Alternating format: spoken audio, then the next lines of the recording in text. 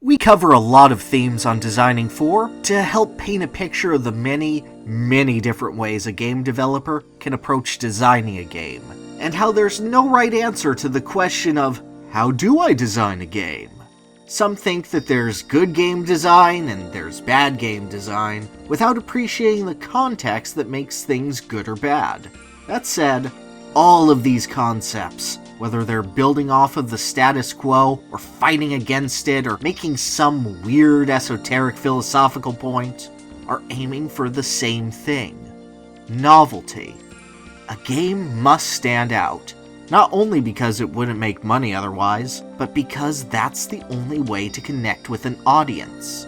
As long as a game is good, even if it copies all of its ideas from somewhere else, it's still trying to be fresh in some way, because succeeding over peers is the basest form of novelty.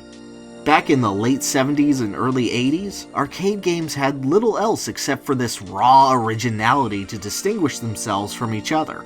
And in one of the very first true levels ever made, Galaga's Challenging Stage proved that it could stand above the rest.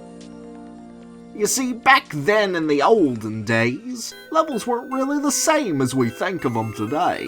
The objective wasn't really about the game itself, or about competition with yourself or your friends. People would set the goals, with the game simply acting as a medium. It's no surprise that Pong, a directly competitive game much like a sport, was the first commercially successful video game ever made.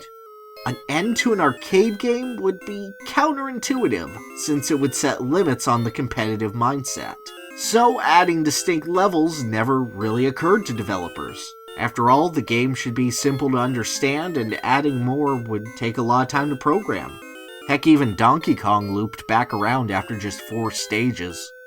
Galaga's forerunner, Galaxian, ran off of this concept, with every level being more or less the same outside of a nominal speed increase. Eventually, though, consumers grew tired of this Space Invaders mindset and needed just a little more to keep them going. Everything about Galaga was created to keep a player invested if they were good enough to get there.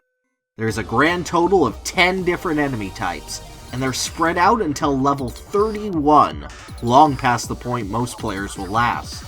The game gives you medals that change as you go on, which is a much more visually interesting indicator than simply watching a meaningless score go up.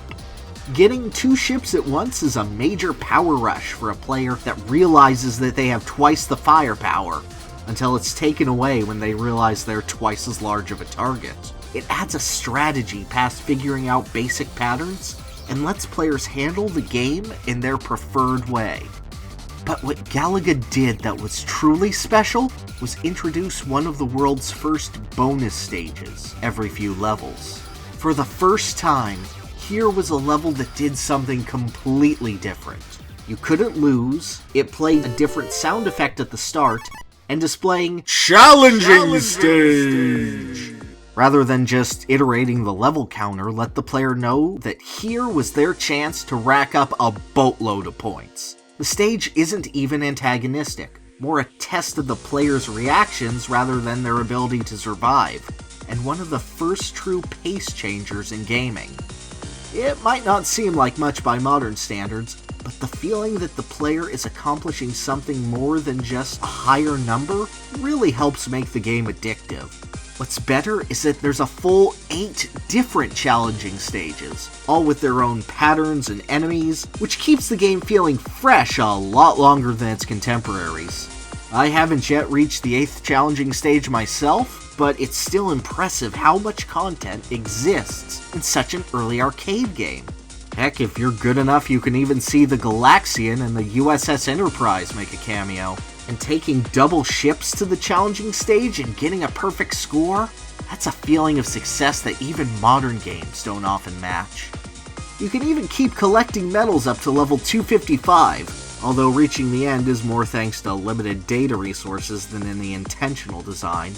The fact remains, though, that Galaga is a game designed to give you checkpoints and thrills for your success, rather than you having to make them up on your own. Challenging Stage's allure is the reason I, and many others, are still happy to pop coins into good old Galaga. And that is how you design for novelty.